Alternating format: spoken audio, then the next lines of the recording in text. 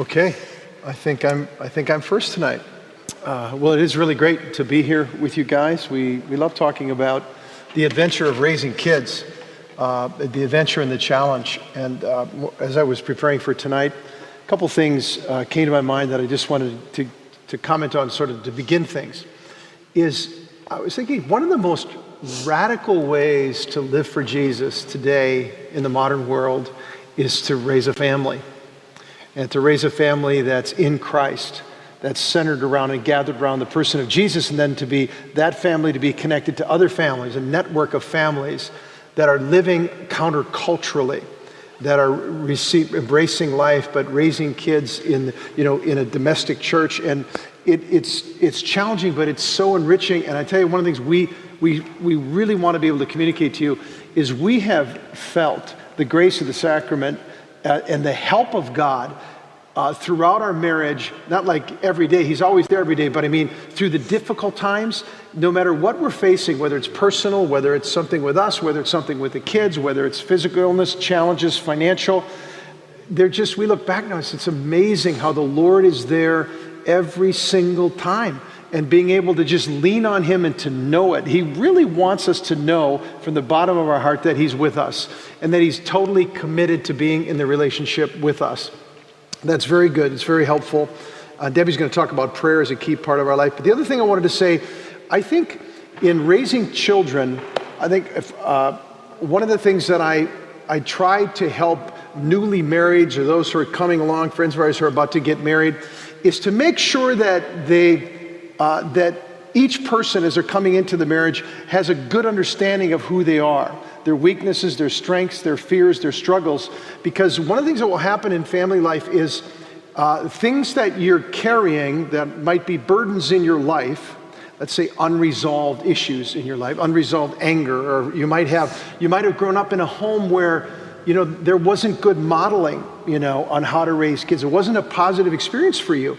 And you might feel like a little underlying insecurity, like, is this going to work for me? And I'm not exactly sure what to do. And there's a kind of fear that can sit in. Whatever it is, different kinds of things like that people have. And I just want to say, one of the things that we got some advice on early, and I thought it would be even more effective if I had taken advantage of it more often earlier, is to make sure that we create an environment at home and among friends, and we get the help we need to be able to talk about some of the struggles and the fears that we have as we're going through the whole process. Because guess what? When you start having children, the pressures in life can build, and you can be fearful. Let's say you're fearful and anxious about getting it all right. And if you're filled with fear and anxiety, for example, you will pass that on to your children unintentionally. The Lord wants you to be able to parent in peace, to trust in him. And he wants us to bring to him whatever burdens and brokenness we might have in our own life. He wants to help us with it, so we don't have to be afraid. And we don't have to be afraid, like, what people sometimes do is, I don't want to repeat what my parents did with me. And they get so preoccupied with it, and they get nervous about it. They're actually not secure in the Lord, and they haven't come to a place of healing. They end up doing the very thing they don't want to do because they're worried about it all the time. You know what I mean? So I just want to put that out there for you to say, look, the Lord is our help. He's our strength. And he wants us to be able to say, when stuff comes up like that, to be able to be willing to talk about it, to get help on it, to get the encouragement that you need, maybe the ministry, maybe the counseling, whatever. You don't have to be afraid of anything, but if we're holding things inside and we're afraid to talk about it, the enemy can use that against us, and we're not able to establish the freedom and the peace that we want to have in our home as we're raising our kids with the confidence of the Lord. And he wants to be able to give that to us because the enemy tries to steal that from us. But anyway, your turn, honey. Okay. Hello, everyone. Welcome. Last week, we talked a lot about the foundation of marriage being able to put our marriage under the lordship of Jesus, and each one of us having a living, personal, intimate relationship with Christ. And one of the challenges that we found as children came into the picture is actually making time for that reality. It's a really beautiful concept in theory, but then comes down to the reality of how we are going to express this in our individual lives as a mother and as a father and as ones who are trying to care for our children. And so we really decided to make a commitment to helping each other grow in our relationship with the Lord. And I think there were two ways that we did that very practically. One was helping one another find time during the day to pray, to actually take some time that was set apart for prayer, personal, individual prayer. And when the children were very young, I needed more help from Peter in order to be able to do that. And then as time went on, an ability to protect that time that we had. So that was very important. And it looked different in each of our lives. Peter would get up very early in the morning because he's an early riser, and I was usually up in the middle of the night with the baby. And so there were many times where our prayer time was individual, and we prayed together when we had a husband and wife meeting. And a lot of times people say to us, "You prayed together all the time as a couple, right?" And I said, "No, we didn't. We had very different schedules and different rhythms. We prayed together when we needed to come together in prayer, and we prayed together as a family, which we'll talk about later. But we each had our own separate personal prayer times, our routines, the way we like to kind of approach the Lord and do things. And so I think we can feel like there's a pressure to be this like ideal couple that's praying together all the time. If that works for you and it's something you feel like the Lord's calling you to, great. But we wanted to make sure we were protecting personal prayer. So that was the first thing, just daily personal prayer. The second was that we had support from other brothers and sisters in Christ. So Peter was for many, many years in a men's group, and I was in a women's group, where we had an opportunity to share our lives with our peers.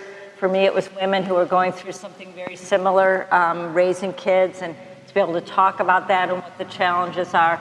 And I think we both came away from those evenings together really revitalized and encouraged and supported in our life. So yes, our family was kind of the primary center of support, but getting it from other men and women that were really kind of living and walking with us together made a huge difference. So commitment to helping one another grow in Christ was huge.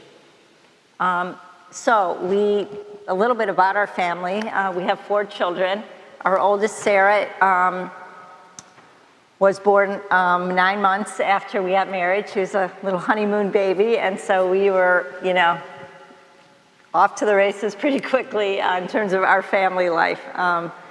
Which was wonderful, and we were really thankful to the Lord that we were allowed to have children. And then Michael came along 21 months later, and so which was wonderful. And then we had 2 more children that were all 3 years apart. So then Joshua came along 3 years later, and then Rachel came along 3 years after that. So our last 3 babies were October babies, and we have 2 babies in heaven. We had 2 miscarriages kind of mixed in that as well. So our family grew, and it grew quickly, and a lot of our life together was really focused on building our family together. So just a little bit about kind of how we approach that. We really saw our family as the domestic church. The church tells us that the church exists to make disciples. And so we knew that as a domestic church, as a family, we really wanted to make disciples out of our children. Now, it sounds kind of funny, when you think about these little toddlers or whatever, but it's a marathon. It's a long haul. You don't make disciples overnight with anybody, let alone little ones. But that was really in the back of our mind that we had a conscious goal in our lives, that we were on mission together, that it was a great adventure, and that our love together was missionary. It wasn't just for ourselves. We wouldn't have had 4 kids if it was just for ourselves. We would have had 4 dogs maybe, and taken lots of vacations and done other things with our money. But we had a very clear sense that God was calling our family to be the domestic church, and that he was calling us to make disciples, and that began right within our home. So we're going to talk a little bit more about that, how we did that practically as we move along here. But that was very much on our minds. So one of the things that I think, looking back, that was most helpful for us, kind of in helping raise the kids at each stage of our life, is we a very wise person said to us, in your busy lives, what you ought to do is you ought, besides having a date night together and dinner out and things like that, have a husband-wife meeting every week. I said, husband-wife meeting? What do you mean? Don't just get together where you set aside, it sounds interesting, it sounds like business-like, but it would turn out to be a great thing. And we set aside an hour or 90 minutes every week, once a week, and we'd sit down at the meeting, we'd talk about, okay, let's talk about our schedules. And as the kids got older and life got more complex, it really helps to communicate about all the details that are coming and communicate with each other in the planning process. So we'd start with schedule, and we'd say, okay, how do we need to be helping each other out this week? And then what do the kids need? How are we going to coordinate all that stuff? And so there was a plan. That helps bring some peace into the family life and being on the same page. So that was good. Then we would talk about how each one of the kids is doing at that particular time. What are they struggling with? How are they doing? How are their relationships going? What do they need prayer for? What can I be doing better as a dad to help this little guy or Joshua or whatever? And so we could think about each child, because every child is different. Every child goes through life differently, and they're unique. And the Lord wants us to be able to see that uniqueness and to be able to get His help spiritually and insight into what their needs are. And then she and I we could sometimes have a different understanding of what was going on with this particular child or that one. And then we could we'd kind of get on the same page together and understand, and then have a strategy of how we were going to, guide the child, the wisdom, solve the problems that were there. And that was always a fun time for me. I really enjoyed that part of it, And then what we do is we would talk about how we're doing. And how you doing, hon? What's challenging? What's challenging this last week? How's our relationship? Are we okay at the moment? How can I love you better? How can just all the stuff that's around the relationship, because we wanted to make sure our relationship was in a good place. And did I need to, seek forgiveness for something? Did we need to talk about something that I said during the week or she said during the week, or things that were hanging out there that were unresolved that still needed to get resolved? Because we wanted to say, Lord, we know that you want us to live in a house that's peaceful, that we experience your peaceful presence. And so these practical things, we know households are not always peaceful. It's just human life. And so, Lord, what can we do to help maintain the spirit of unity and the bond of peace in our own home? Scripture says the Lord is with us. He wants to lead us and He wants to help us. And then the last thing we would do is we would pray. And depending upon where we were and what the issues were in our family, we'd get down on our knees, we'd get the rosary out, we'd pray the rosary together. Sometimes we were flat on our face in the living room, crying out to God because one of our teenagers was going through a situation that we didn't quite know how to deal with, and we're having a hard time communicating, and we're just asking for God's help. And that was a really precious time for us to be there together and to strategize with the Lord. And we'd get help from the Holy Spirit, promptings in prayer when we'd seek Him, when we felt like we were up against obstacles we didn't quite know how to get through, or we didn't really think we had the wisdom. And we'd really just turn to God for help. And so sometimes the Lord would in those moments would say, talk to so-and-so about this. An older couple, older friends, to say, hey, yeah, that's a good idea. And I call them and say, hey, you know what, we were thinking, Debbie and I are going through this with this child. Can we talk to you about kind of how the experience you had? Get the wisdom. There's a lot of good wisdom probably throughout the body here in the parish, Resurrection Parish, of families who've gone through it and raised their kids. And so it's helpful to know that we're never alone. The Lord is with us to help us. He gives us these tools. We can do it together, but sometimes He also gives us the wisdom that comes through other people, and He'll prompt us. I am grateful to the Lord how present He is. If we listen for His promptings and His help and His guidance, He really will give it to us when we need it in helping our kids. Because we always have to remember, He loves our kids even more than we do. He created them. He knows them better than we are. And He wants us to get the info on them, His info, His heart, His mind, His design, and His purpose for that child. And as we seek Him, He'll give it to us. And when we do it together, it really helps. So that's the husband and wife meeting. Also talk about, we used to talk there about our approach to discipline in the family, right? Discipline your children, to raise them up in the way of the Lord. And at different stages, we had to talk about, every family has to be comfortable about what kind of strategy you're going to have in teaching and disciplining your children.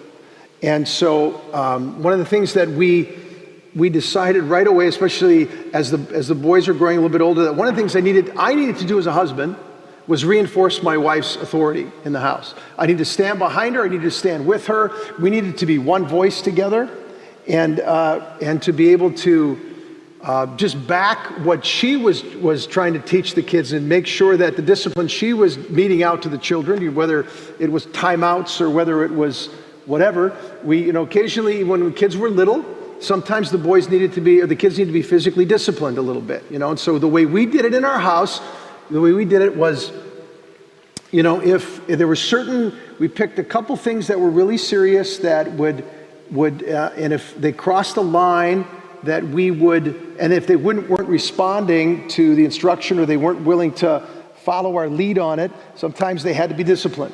And so what we would do is just sit down, I just would look them in the eye and say, Dad, told you about not doing A.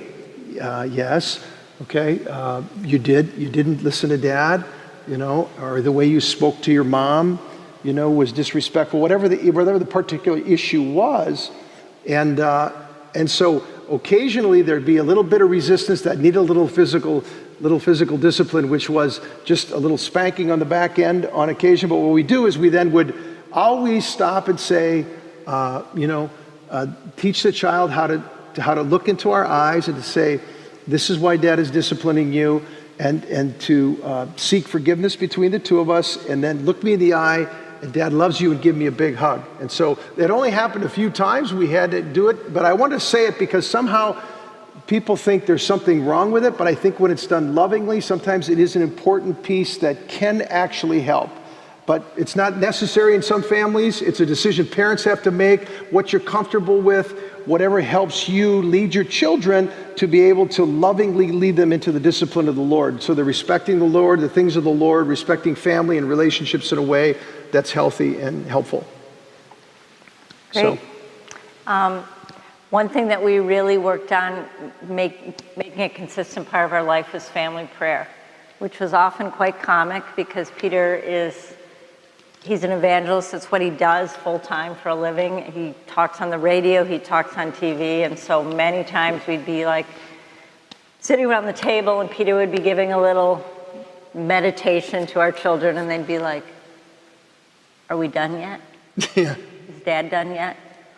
How long are you going to talk, Dad? Is this over yet? It was kind of funny, actually. This was probably more when they were like junior high.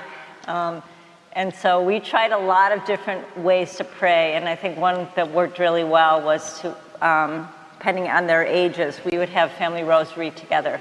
And oftentimes we did it right before bedtime, even when they were a little bit older, because they were usually done with homework at that time. It was just a time really to gather in the living room together, and we would say, time for family rosary, and the first one to show up was the dog every single time.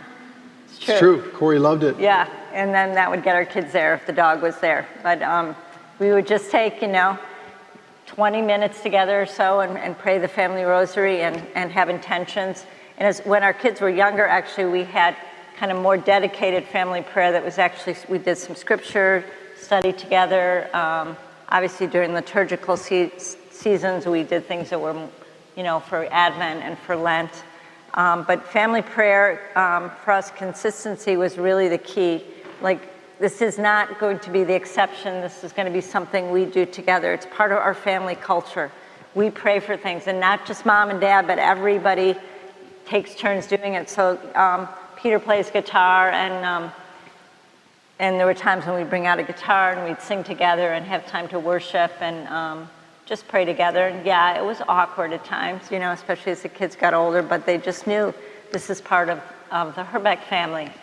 And I remember one time my son Michael had two friends over who were on the basketball team. He was in high school, and they were over just hanging out at our house. And they were both from Nigeria. They were Nigerian, mm-hmm. right? From Nigerian family. The two friends, they were brothers. And I remember at a certain point, we were getting ready to have prayers, and one of the boys said, "Oh, I got to get home. My mom's going to kill me. I'm late for family prayer." They were having family prayer at their house. And so my son said, "Well, call your mom and see if you can stay longer." we're having family prayer at our house too. And so this young man called his mom, and mom said, oh, you're at the Herbecks, they pray. You can stay there and have family prayer with them. But here you had two families that both had a culture of praying together and having night prayers, and all the kids knew how important it was. And so to be able to share that with their peers as an expectation was really beautiful and really wonderful. So family prayer is super important. We also built into our life together, for a couple reasons, the celebration of the Lord's Day. One is because the Lord commands us to celebrate the Lord's Day, but also for me, growing up in a Jewish home, we really wanted our children to have an understanding and experience of celebrating the Sabbath. And so we were able to combine the celebration of the Lord's Day and to do it every single Saturday night, making a meal, making the challah bread together, saying the prayers. To this day, I think our kids can still recite all the prayers that we said and we sang together. And then we would usually have a family over for dinner and play games together and just set aside the night to really honor the Lord together. And that was a very special time. And we really had to work hard to fight that as the kids got older and other things, sports and other activities were happening. But just to have that as part of our life together. So leading up to the Lord's Day Saturday night, we always did chores as a family. And sometimes it was harder, it was more work to get the kids to do chores than to just do them yourself. But it was a great lesson in teaching them how to do things and how to be responsible part of our family. So Saturday chores every Saturday was a huge part of what the kids had to do, from when they were very young with little charts to when they were older, and getting allowance for it, and different techniques that we did to really get them involved in kind of caring for the family and seeing them as part of that responsibility. Yeah, talk about this. Let me build on that for a minute. I think part of the reason to do that and try to do it consistently is giving them chores and the rest, is that we wanted to communicate to them, the whole family has responsibility for the family.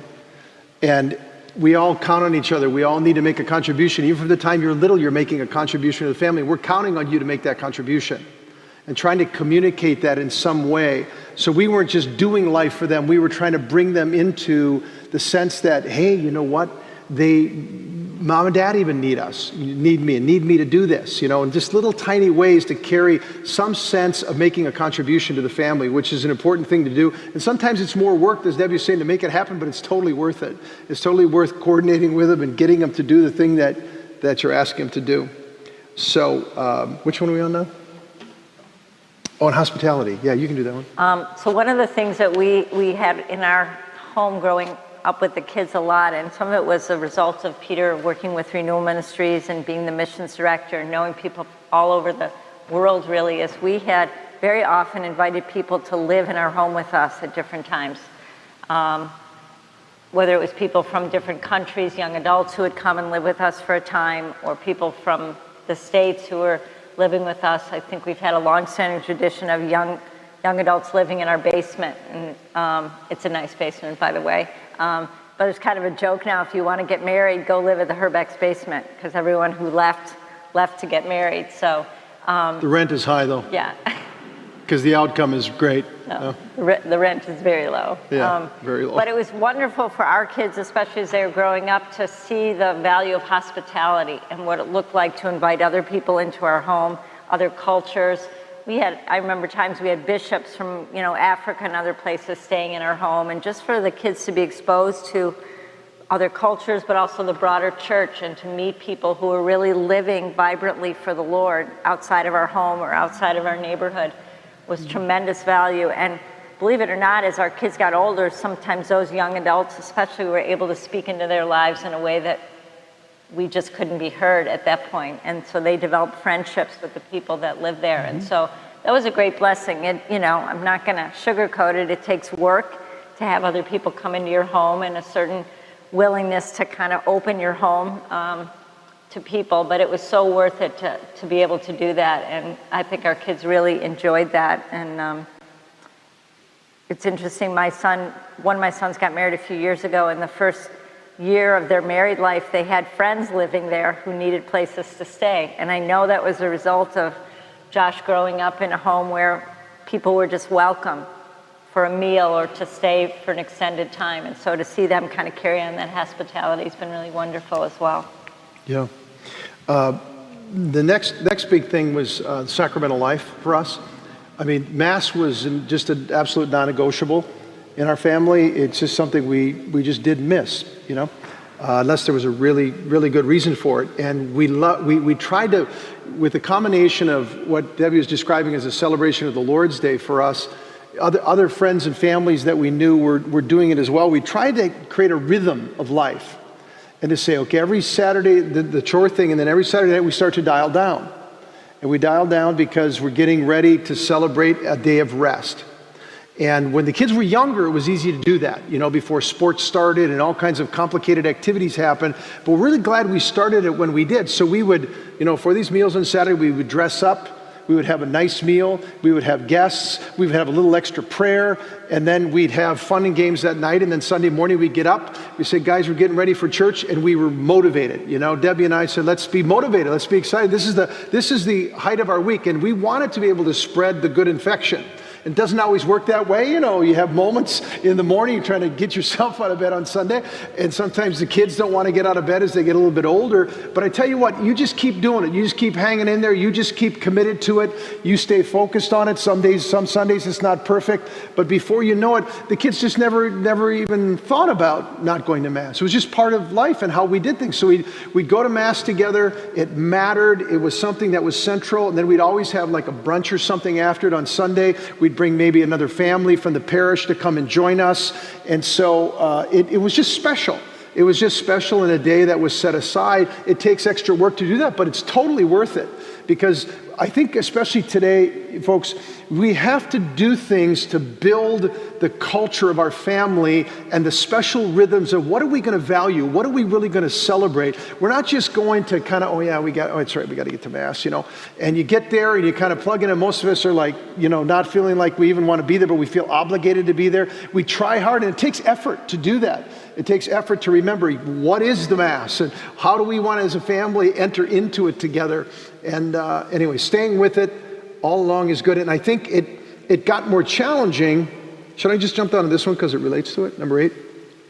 It got more challenging as the kids got older because they were involved in sports and work and various kinds of activities.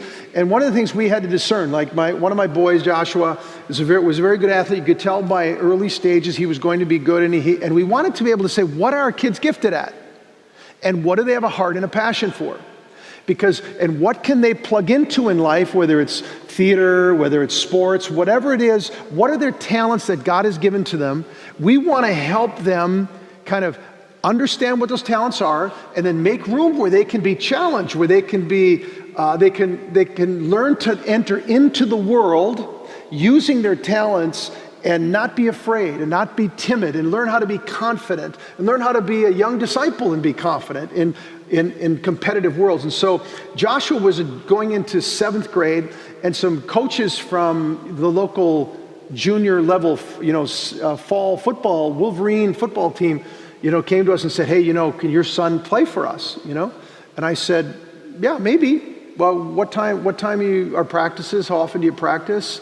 And they said, we practice Monday through Friday from 5 to 7. And we have games on Sundays, I think they did, something like that. I said, well, he's in 7th grade. We need to have a big deal for us was having dinner together every night. And I said, if he's got practice from 5 to 7 for 3 straight months, and I've got to get him there, which means I got to leave I got to be ready to go by 20 after 4. And then I got to pick him up, and by the time he gets home, it's 7:30. It's after dinner. He's got to get ready for school, all this kind of stuff. I said, you know what? This stage of the game, we talked, we prayed. We just said, you know what? No, he'll do flag football at Huron Valley. That's good enough, after school. And people say, oh man, your kid's got talent. If he should really do this, this will really help him, And we just talked at a certain point and just said, no, we just need to be a family. The dinner's too important for us at this stage. God will provide, the next phase. So I think that was a really important decision. I have to confess, as a dad, a little bit went through me when they said, hey, your son is talented, and he should really do this. Like, am I doing this for him or am I doing this for me? to have him be involved in the whole thing. And it's tempting to just start devaluing the things that you at least theoretically value the most, and you sort of give in to the momentum of the culture. And, gee, what is my son, what if he misses out on this? I mean, this is not going to be good. And some dads actually talked to me that way, and they thought about it that way. And I ended up having a lunch one time with a defensive coordinator from Michigan who was coming to give a talk after their national championship season to, I know I'm in Lansing, but I didn't bring it up to, anyway. And he was a good Catholic guy. And we were having lunch to coordinate an event, and I just threw out there and said, hey, I said, what do you think about, kids playing, this team wants my son to play in 7th grade. He goes, he doesn't need to do it at that level. Don't worry about it. Plus, most of the coaches don't know how to teach a kid how to tackle the right way, and I wouldn't let my own child play at that age level. And I thought, hey, great. I heard it from the horse's mouth, so I think it paid off. And then as they got older, my daughter playing travel softball and my son playing AU basketball and stuff, we just said to the coaches of the teams for recruiting them, we said, we would like them to play. They have a passion for this. They have talent. It's good for them to be on teams and continue to develop their talents. But I tell you, they can only be on the team if you understand they will never miss Mass on Sunday. Because, a lot of these tournaments, they culminate on Sunday, right? So you're playing all day Saturday and the finals are on Sunday. And so I said, as long as you're okay with, we're going to travel to the games with them. Either us are always going to be with them, or another parent that we trust are going to be with them at these games. And if the only time to go to Mass on that Sunday morning or whatever town we're in is the finals, we're going to Mass. And we're going to miss the game. Are you okay with that? Never had a coach say no. Never had a coach say no. And it worked out through all those years, And so that was a time we felt it was like a little bit minimalistic, but we got to Mass and we did what we needed to do, but we felt like that was a good thing for our kids to be able to do. So it's challenging balancing all the priorities and then maintaining your culture as a family and keeping your priorities. So I just want to tell one story in relationship to that, because I think the goal really was to keep before us that ideal of what's the most important thing about our family and what are we trying to build here. And when it's easy to do, as Peter said, when your kids are little and they're so close to you, but as they start to kind of venture out into the things of this world, those values, it's really easy for them to take over. So we prayed through a lot of decisions that maybe seem really obvious to some people. But for instance, with my son Joshua, when he was in 8th grade, he began to be recruited to play at the local high school, which is a huge high school. Pioneer, you guys know Pioneer. Yeah, to play football there. And our other 2 children had gone to the local Gabriel Richard High School and done great there and grew in their faith a lot and had opportunities to lead. And so this opportunity to go to Pioneer, we went and visited the school, and I was not impressed. And it was just a big secular school. And so in all fairness, to both of us, we had a different opinion about it. I think Peter was leaning more toward. Yeah, I was just thinking bigger pond, bigger challenge, all that, be good for him. He can rise to the occasion and stuff. But this is an important moment for us. Yeah. Our marriage and our decision making. This is a good one. So we had a different opinion, and we decided to do the wisest thing we knew how to do, and that was to pray a novena and to let Mary settle it for us, so to speak. So, and we needed to put our down payment at the Catholic school, like we had 10 days till we could do that. So we were really in this time frame of like, okay, Lord, we need a decision here. And we were balancing finances, because Catholic education's expensive. So we're looking at $10,000 or $11,000 to pay, and I was a preacher, so we weren't making a lot of money, and that creates nervousness and anxiety and all that. And this other school is free, and so all that stuff was in the mix. We weren't at it like this, but I was genuinely searching. I didn't know, we hadn't yet come to agreement, but yeah. And so we decided to begin a novena, and Josh knew that we were praying the novena, and that the decision was really going to be ours as to what school he went to. And I'm not saying that has to be that way for everybody, but we felt that he didn't have the maturity to make that decision.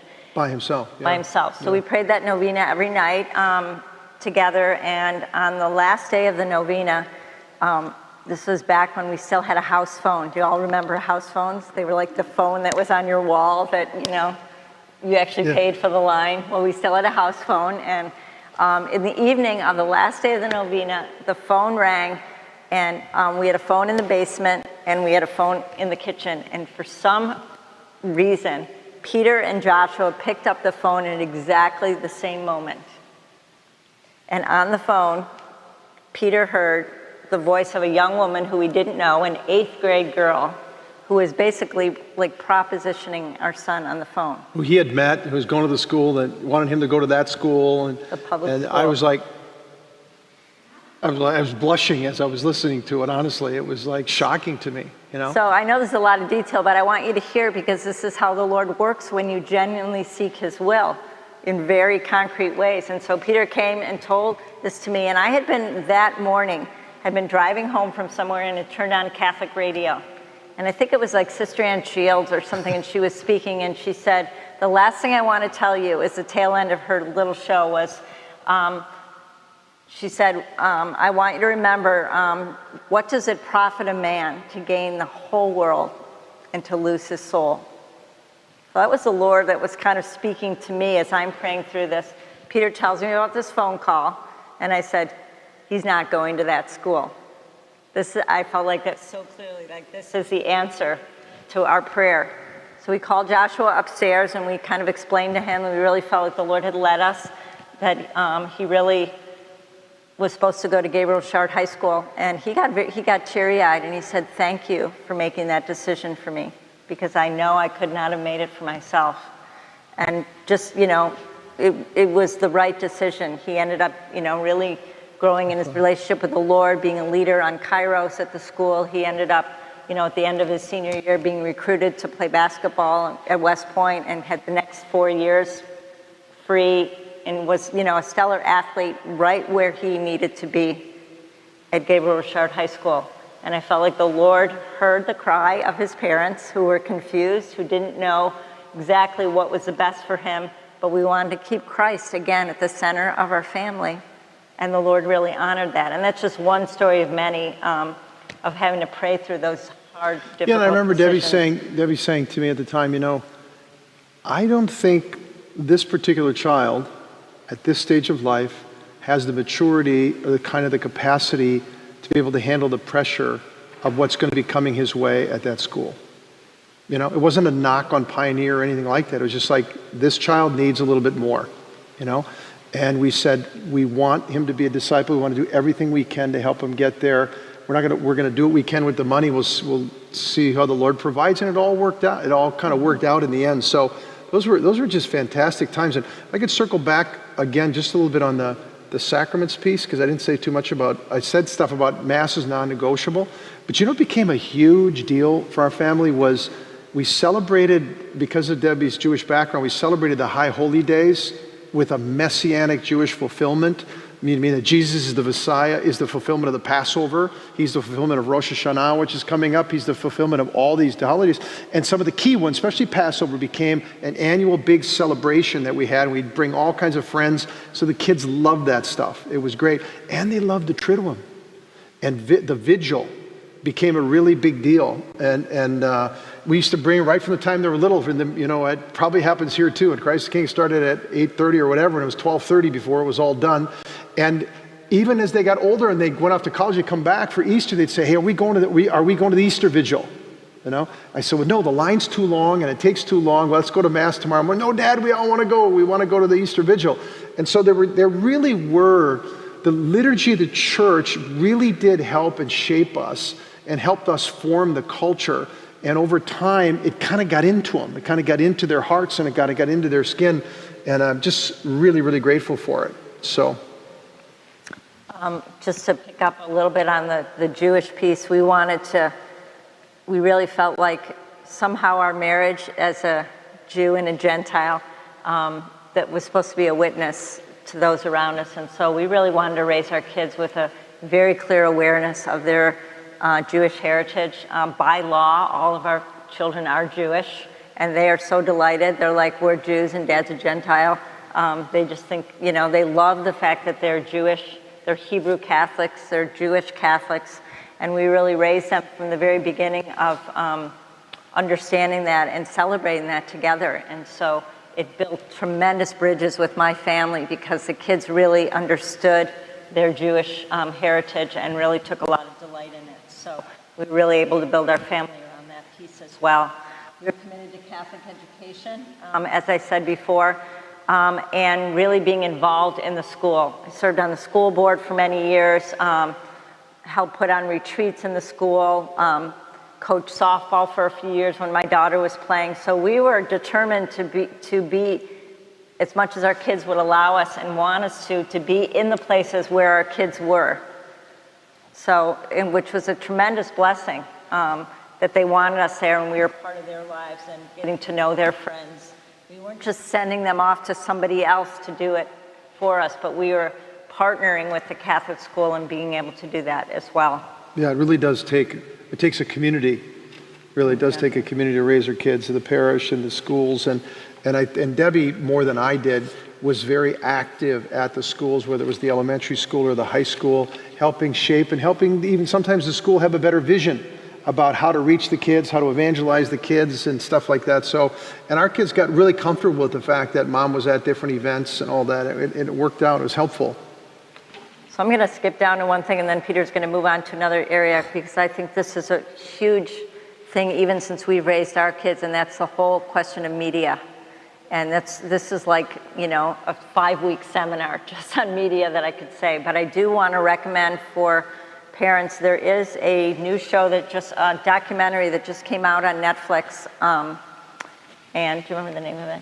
Rachel just watched it. Yeah, and Bill Pressfitch just told me the name too. It's all about social media, and it basically is a documentary that's been put together where the people that created these different platforms are actually talking about what their motivation was in creating these platforms and what's behind it all. Does anyone out here know the name of it?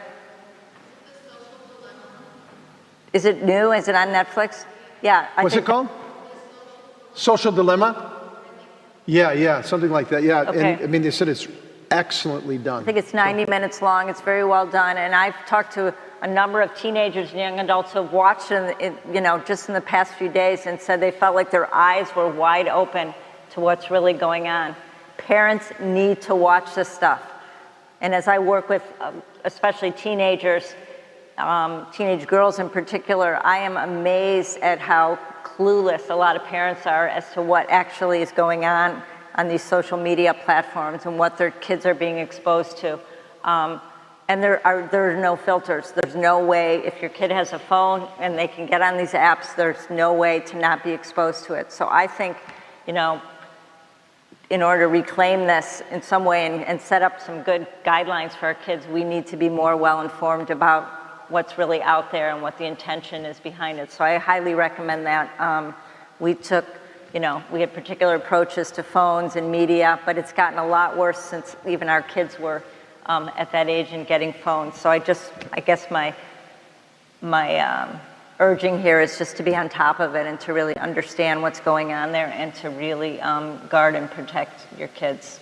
So. Yeah, I think another significant thing we did, and you did in particular, connecting with moms, is when there was an event going to happen, starting in even elementary, you know, like later elementary, junior high, so-and-so's having an event at their house, okay? Who's going to be there? And she would connect with the parents and tell us what's going to be happening. Can we be there to help support it? Who's going to be supervising the event and stuff like that? It was amazing. It was an education for us in the broader community about how some parents just kind of didn't care. You know what I mean? They were not on top of it, or they'd say, "Yeah, we've got it all covered." And then they said, "But my child told me, you know, in high school, my child told me we can't come down the basement the whole time, the whole night. Parents can be upstairs, but the parents can't come down the basement." And you come talk to your kids afterwards, and you know, friends were handing in bottles of scotch and things through the window in the basement, and the kids were drinking, and you know, high school kids trying to get away from stuff, and the parents were upstairs thinking, "Oh, all is well." We checked them at the door, but we never went downstairs one time over 3 hours because my daughter said we can't come down. I'm like, "What are you thinking? These are kids. You're the dad. You're the parents, you know." And so we would try to stay out in front of it as best we can and have the kids be accountable and give them the rope that they earned. You know, sort of give them the responsibility and the trust that they earned over time, because we want them to be self-movers. We want, ultimately, parental authority aims at its own extinction. The goal of parental authority is for a child to become a self-mover, is to be able to actually live the life that you're trying to build in them and stuff. So we saw that over time. It's part of the real excitement about the whole thing of raising kids. And Quick funny story about music. We were very specific about, Peter would be like, there's certain music I do not want to hear in my house. Especially with the boys, that was inappropriate music. And I remember once we were driving in our minivan, you can all picture this, and there was probably a CD at that point in the car, because one of my sons had been driving the car. He was a junior in high school. And so the music comes on, and Peter's like, what is this music? Because it was music that was not allowed in our house or our car. And I remember Peter just hit the eject button, took the CD, put down the window, and just threw the thing out the window. That was a different time. That was a different time. What I did with that CD, it was my first experience with really crude hip hop, and I was shocked. And I was we had just pulled in the garage, and I was like stunned. I said, kids, we can't listen. We can't control all that you listen to, but listen, you don't bring anything into my house, into our house, that dishonors the Lord, takes the name of the Lord in vain, or is offensive to God, or is perverted, or anything like that. Okay, there's a lot of music out there that you can listen to that won't have that. That's good stuff, I'm okay with that. And so there it was, and I just, it didn't surprise me because he was a teenager and that was really popular among the kids and all. So I took it out and I went into, he was studying, and I looked at him, I said, what is this? And he goes, it's a CD, Dad. And I said, whose is it? And he said, he didn't tell me, he didn't say it at first, and I said, I told you, this will not be in my house. And I took it and I just pancaked it against the wall with my hand, and it split into about 10 pieces, And I said, I'm serious about this. This is deeply offensive, And he goes, hey, Dad. I said, what? He goes, it's not my CD. and then he told me it was his friend's CD. I said, okay, you tell your friend, if he wants me to give him money for that CD, he should come to me and tell me that it's his CD and what it costs, and I'll give him his money back. Because I knew he would never come, because I knew his parents. And I knew he would never come and say, that CD was mine. But there was a way of just, at that point, you have to be as vigilant as you can, because there's just so much. You can't be vigilant. You can't be on top of everything. But having certain boundaries really helped them see how strongly we felt about it and why. Kids, this is why, ultimately, so. Okay. Yeah. So as we're kind of trying to wrap things up a little bit, I think just two quick areas. One is, one of the most helpful things I think we've taught our kids was how to repair relationships, how to give forgiveness, how to ask for forgiveness, how to receive forgiveness. And I think some of you know this for sure. We minister to adults who don't know how to do that, and it's a huge obstacle in their own relationship with other people and their relationship with the Lord. So to be able to teach our children at a young age how to do that, I think has been super valuable. How to, take responsibility for their actions, acknowledge that, and how to go to one another and seek forgiveness has been really big. Yeah, there's a reason Jesus said 70 times, 7 times a day, because there's lots of opportunity to forgive, and he wants us to be merciful and tenderhearted toward one another. Just give you an example.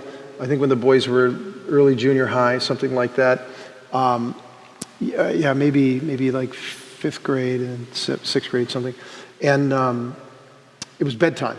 So they were supposed to go down bedtime, and of course, kids don't always, when they're in bed, they don't always just quietly go to bed, right? So they're horsing around down there, and I'm letting them horse around a little bit, and then I thought, I'm going to go back down there and say, kids, get to bed, you got school tomorrow. And I said, okay, Dad. And then I get upstairs, and then they did it again. And they're horsing around, and they're not listening. And then I go back downstairs and say, look, I'm not going to tell you again, boys. Anybody, parents, any older parents ever have to do that who are here? And I said, I don't want to tell you again. So I go upstairs, and then they were really horsing around. I don't know, they were wrestling and screwing around. And I got mad. I got really mad. And I was frustrated because I felt I was having one of those moments that nobody ever listens to me. You know what I mean? I don't know if dads ever have that feeling like, no. So I went downstairs, and I pulled a Bobby Knight. You know who Bobby Knight is? The coach for the Indiana Hoosiers. And I was so angry, and I yelled at him, and I grabbed a chair, and I threw the chair across the room, and boom, boom, and hit the wall, and it was a very dramatic moment. And I yelled at him. I was so mad. And one of my boys is very sensitive, and he was like, he's like, you really got scared. And the other one kind of like, just gave me a serious look. But anyway, so they went to bed, and I came upstairs. I didn't say anything beyond that. I said, just get to bed. One of those moments, I don't want to hear another word out of you. And then I went upstairs, and I was laying down in bed, and Debbie could hear it because it was loud, And I laid down, and I was frustrated. And she goes, in so many words, she kind of said, well, that worked, And are you just going to leave it like that? I said, yeah, it's their fault, not my fault. They had it coming. She goes, really? I'm thinking, what? She goes, well, don't you think, something more should be done? I was thinking, I really did go too far. Throwing a chair across the room, banging it off the wall is probably not a good thing to do, So I went downstairs, got the boys up, brought them in the big room, and I said, kids, we just need to talk for a minute and sit on the couch. And so they both sat on the ends of the couch looking the opposite direction. And I was sitting in the middle. They didn't want to look at me. I said, boys, look at Dad for a minute. I said, and so I got them to look at me. And I said, boys, I want to tell you something. Dad's told you before that, the Lord teaches us that it's okay to be angry, but to not sin. All right? And I think Dad went too far.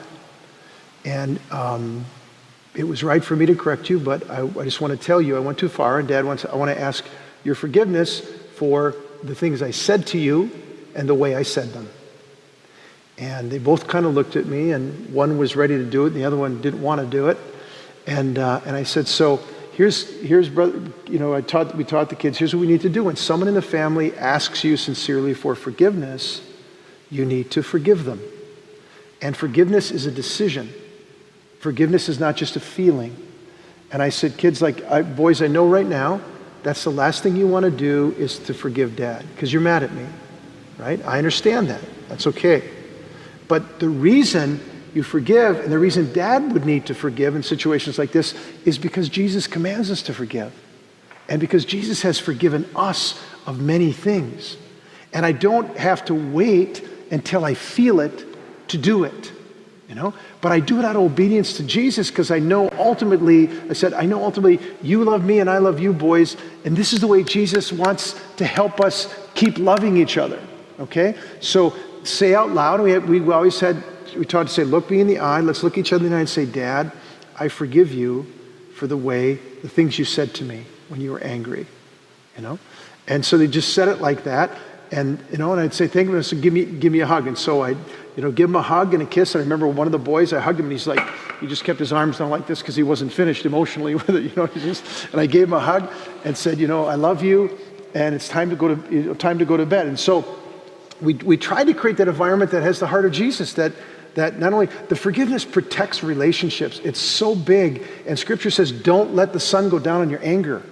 And I was ready to like I said last week, I was ready to let the sun go down on my anger. I was ready to let this fester, and it probably wouldn't have thought about it. And you never know the impact that stuff's going to have. And so really just put yourself under the lordship of Jesus, seek forgiveness, seek God's mercy, and extending it and forgiving it. And if they can help learn how to repair wrongdoing and stuff, that's a big thing in life. And it really does guard the unity of the family, So obstacles to parenting: the world, the flesh, and the devil.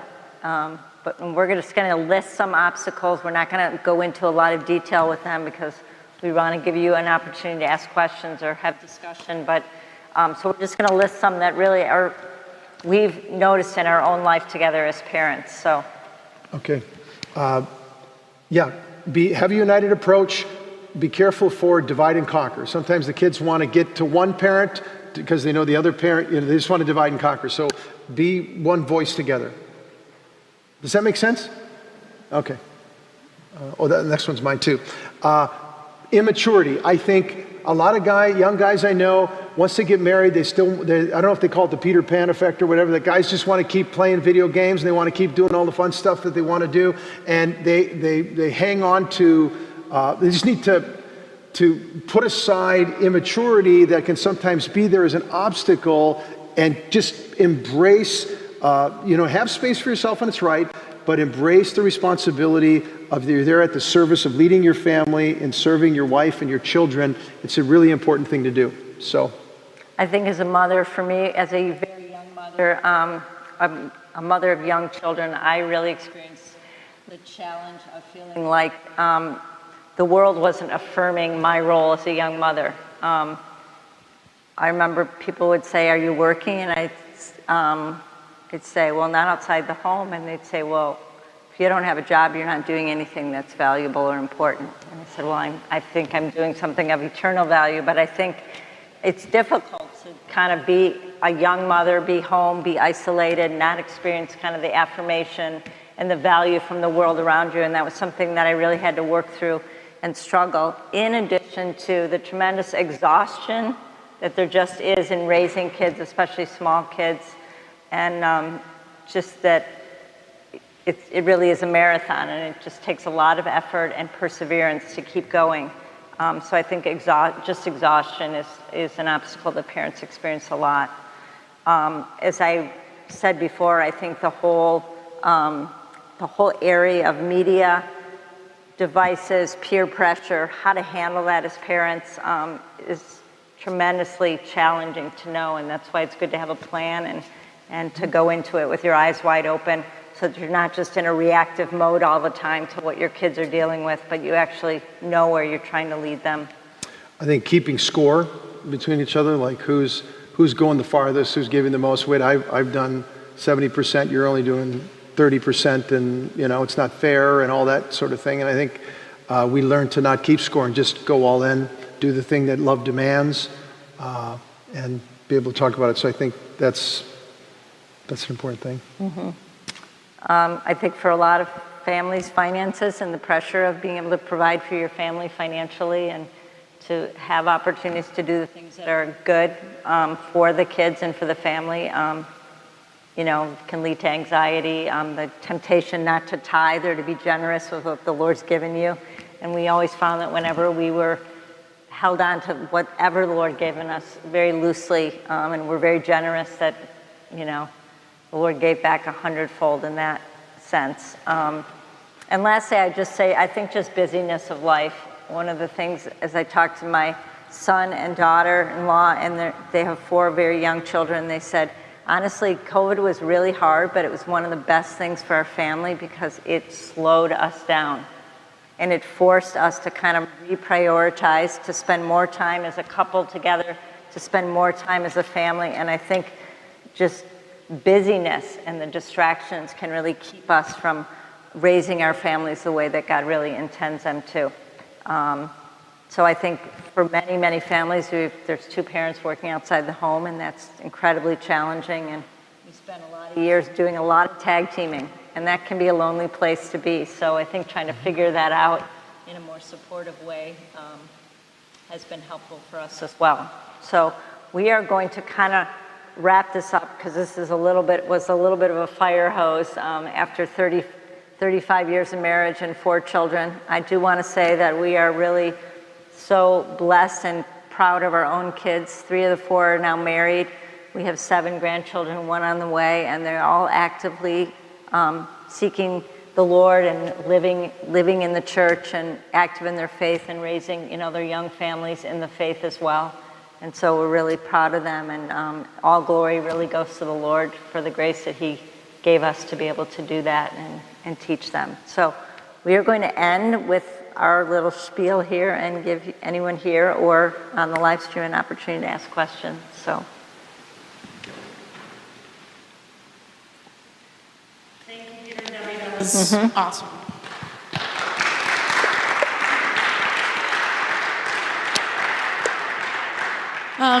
Does anybody here in the church have any questions that they'd like to ask? Oh, Sean's got one.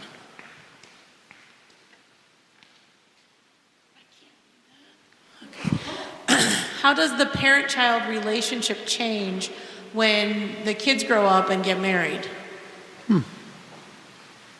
That's a great question. I think there's more friendship involved. At least I found that with. It was interesting. When we were raising our kids together, there were definitely children that we had an easier time connecting with, and so we really talked about that a bit. And interestingly enough, I had such a wonderful, beautiful time raising my boys. I don't know what it was, but I connected with them. And Peter did such a great job with the girls. Like, they really wanted to talk to him about things that were on their heart. And I credit my daughter Sarah's the only one married so far, but I credit even her choice of a husband to her relationship with her father and the security that she had there that made a difference in the kind of man that she chose, a really good man. And so I think those relationships with our children, from my perspective, only deepen the friendship that's there, the support that's there. So it's really been a beautiful thing to kind of see that grow over time as well. And then there is the aspect of you just got to let some things go, like our kids started having kids, and there were ways that we gave suggestions about disciplining, but at a certain point, you're just like, these are your children, and the Lord's giving you the grace to raise them, and we are going to let you raise them, and we're going to let you make mistakes. If you ask for our advice, we'll give it, but we are not going to be those overbearing grandparents who tell you how to do everything, even if it's tempting to want to step in and do that. So yeah, and I think part of how it's changed is just being present in their lives without directing their lives, and just being present to them, loving them, being there to support them, play golf with my sons, have conversations, walks with my daughters, and with pushing the grandkids around. It's a wonderful season of life to be able to have these kinds of relationships. And I'm praying, like, how can I have a deeper relationship with my sons, for example? I have a good relationship with my sons, very, very, very good. But what do I need to do to help these relationships without being pushy or demanding on their time, to know that I can be involved in their life in a way that they still need a little bit on occasion. It's a challenge in this culture to raise kids, and the pressures that are on them. And I want them to be able to, when they want to be able to lean on me, but also just to be there and to enjoy them very much. So I don't know if that answers your question, but it's kind of. What kind of guidance did you give to your children when they began to date? What kind of norms and expectations did you try to instill in them as they move toward marriage? Yeah, I think I'll just tell one little story and then you can build on it. We were really clear that we wanted the kids to understand what dating was, and that dating was connected to moving toward marriage, and these things need to be connected, and just the recreational dating stuff is not very helpful. We wanted to help them connect to social groupings, relational groupings. We like boys and girls to be able to do stuff together, but in the right kind of environments and not just pairing off and things like that. And we worked with youth for many years, so we saw what happened for many, many young relationships when they're freshmen in high school and they're totally in love and they're infatuated, and then they're at it for 8 months, and then this big breakup happens and they never talk to each other again. You know what I mean? And it's unhealthy. So we said, look, we want you to have those kinds of environments that are healthy, where you do things together in groups. And then, I told my daughter Sarah one time when the first time she asked me, could she date? And I think she was like 12 or something. I can't remember. We had a restaurant in Ypsilanti. And I said, Sarah, I just want to tell you something. What Dad's job is, someday, honey, you're going to get married. It's going to be your wedding day. And you're going to be dressed in a beautiful white wedding gown. And it's going to be your special day, and everybody's going to be there for you and for your fiance. And Dad's going to be there. I'm going to walk you up to the aisle, and I'm going to give you to that young man. And when I do, when I take your veil off like that, what I'm going to do is I'm going to look in his eyes. I'm going to give him to you, and I need to know in my heart that I've done everything I could to present you, a virgin bride, to that man, to help you, to support you, to protect you, to encourage you. I'm going to do everything I can to make that happen. That's my goal, honey. And so we're going to take an approach to marriage with that day in mind, to dating with that day in mind. And so Herbecks are going to do it different. You're going to have all kinds of school friends. Parents are going to take a totally different approach than mom and dad do. But just make your peace with that. That's what the Herbecks are going to do. And so when they were like in junior and senior year, they'd go to prom, or like homecoming, they could do those kinds of events, things like that. And so that was kind of our approach. You have more details probably about it. Yeah, they did have an opportunity, junior and senior year to date, but to not have these like super intensely exclusive relationships. And I said in particular to my boys, if you're going to date these girls, I'm going to evangelize them. Deal? And they were like, okay, Mom. So those girls, every year I run a summer camp, they were invited to be counselors at the camp that I was at. They were already, you know, had faith and stuff, and they would get prayed over, they'd get filled with the Holy Spirit, they'd get on fire for the Lord, and that was our deal, you know. And no one comes into this family unless we have an opportunity to really help them come to know the Lord more. And to see even our son-in-law now, who's grown tremendously, good Catholic guy, but never knew he could have a personal relationship with Christ until he walked into the Herbeck's home and heard Peter talk about it. And now he's just like on fire in his faith and really growing tremendously. So that's part, they know that's part of their identity. All my kids, it's interesting, I think because of the Jewish element, whenever they started dating someone seriously, as they were moving toward marriage, they always gave that person a CD with my personal testimony, because they're like, okay, our family's kind of strange. My mom's Catholic, but she's Jewish, so we're Jewish, but we're also Catholic. Just listen to her story. And so the testimony would kind of get passed around. And so we're trying to, you know, help our children bring those people into the faith and bring them to deeper conversion. And our kids, you know, they knew that was just kind of part of the deal as well. So they all so far have married kind of their first loves, you know. Yeah, you know what was really helpful that came in mind? Huron Valley School used to do, in 2 years, I think 7th and 8th grade, they would do like a couple of doctors, Dr. Fleming and others, you know, the boys would be together, the girls would be together, and they do something on the whole sexual development, you know, the whole reproductive. What's that? I think most all schools do that, but the schools parents do. came to some of them, and then when they went through it all, then they'd say, you know, go with, like my son Michael and I would go and sit down and we'd talk about it, and it helped give us a starting point for a conversation about stuff that my parents literally never said a word to me about when I was growing up.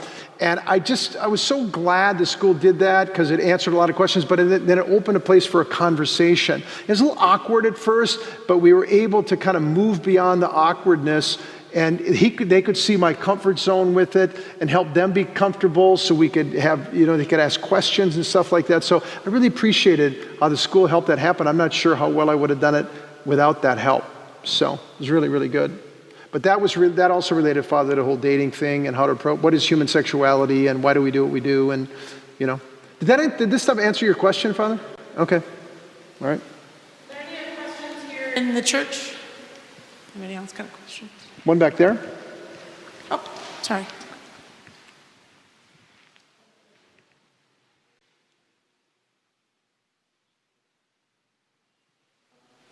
How did you help your kids move from like high school to college and then college to being like working adults? Yeah, great question. I think one of the serious questions we had them ask, besides the academic, you know, what they're interested in, is the school, does it have an environment that can support you in your faith? And particularly, I just think about when Josh was being recruited to play basketball at different universities, and there were some schools that really wanted him, and we were just like, so we did a little bit of the research on the school, and we're like, they don't even have like anything for you to go here and be able to live your faith. It's a real super liberal school, and so that was a big part of it. Can you go away and find a place where you can continue to be supported in your faith life, and do you have friends around you that can really help you live that out? So that was a huge part of the discernment. We talked very soberly about, we were very conscious of the fact of how many, you know, kids left their homes and went to college and lost their faith. And so it's a real deal for a lot of people. And we thought we did the best we could to prepare them for it, but we also said, you know what, I'm not going to finance, you know, you're losing your faith. You know what I mean? I mean, you're going to have to make these adult decisions when you go, but I'm happy to help finance an environment that'll be intellectually stimulating, that will challenge you, but also will provide opportunities that'll be right there for you to have peers, friends, discipleship groups, people engaged in mission, people who could defend their faith, people who aren't afraid of the world, who are engaging, you know, dynamically Orthodox, other young Catholics. You could have lots of friends. So that was something that we did, and like, there were a couple of kids who said, one of my boys said he wanted to go to one school in Chicago. And I said, yeah, it's a good school, but no, I'm not spending any money to get you to that school because there's just literally no support system there. It makes no sense, at this stage of your life.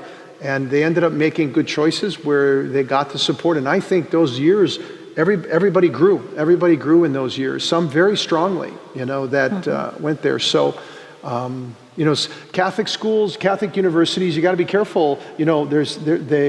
They're a mixed bag. They're a mixed bag, and sometimes it's easier to lose your faith there than it is at a different place. But you can find often at certain Catholic universities, if you do your homework and choose the right ones, that these environments that are present there for them to plug into are very, very helpful. And usually, anyway, that's enough said. But does that help you? So that was transitioning into college, and then transitioning into careers was a combination of us, talking with them at different times, like what are they interested about, what are they gifted in, what are they passionate about, what did they study, where do they want to live, how do they, how close to us would they want to live, where, what's their own vision to try to see, and then to say, some of the decisions you make when you go forward is where do I want to land even? Like, am I going to get a job in a place where there's a larger community of people that I can plug into? And making good decisions around that. So like my son Michael went to school at the University of St. Thomas and St. Paul, took advantage of some of the good stuff that was there. There's some really dynamic young adult life in the Twin Cities. And he and his wife, they met at college, and then they decided to settle in the Twin Cities area. It's a long way from here, but they decided to settle in the Twin Cities because of all the support that's there and all the friendship groupings they have. And so to this day, they've got really good couples groups and support groups and things that they're a part of that really has enhanced their life as a couple and as a family. And I'm glad they made the decision to do that, so. One more question. Did you allow your children to do sleepovers, or did you have like a policy on that, like maybe like a certain age where you allowed them to start having sleepovers? We did some sleepovers, not a lot. Peter was a firm believer nothing good happens after 11 p.m. With young kids, so definitely not when they were younger. And we hosted a lot of things at our house, honestly. We bought our home because we were doing youth ministry and we wanted to have a place where a lot could happen there. And so we were very much of the mindset, we want our children around us and we want their friends around us as well. And so our home was very much Grand Central Station, and so they each had smaller circles of friends that they were allowed to sleep over, but there was very, very select, honestly. And I said, in the first few years of like junior high and high school, your friend groups, we wanted them to grow as we began to trust those people. And so there were a lot of good families that we were just close to, and but it was pretty rare that they did sleepovers every weekend and never with people that we didn't know at all, because then you get into the movies and the media and different approaches to things. So really we only allowed sleepovers when it was families that we knew very well and we were on the same page with. And it was mostly in their younger years, and they would do that on occasion, like maybe, one of the boys had a good friend of a family we really trusted and knew well, and occasionally, a few times during the school year, he would do a sleepover there, and a couple times they'd do a sleepover here at our house, So it wasn't like we didn't believe in sleepovers. We just didn't think, the big sleepovers where everybody just piles in, we didn't do too many of those. Those aren't all that helpful. Nobody gets any sleep, and the next day's a killer. It wrecks the rest of the weekend, But fun campouts and things like that with people, kids going with parents that we trusted, that kind of stuff we were okay with, And we'll talk next week about how friendship groupings and our strategy for more directly evangelizing our kids, and how networks of families coming together and supporting each other, the role that played. There's a lot there that we learned about how to help our kids come to know Christ and live in the faith that other people helped us with. So we'll talk about more of that next week. So. Sounds great. Let's thank Peter and Debbie again for joining us.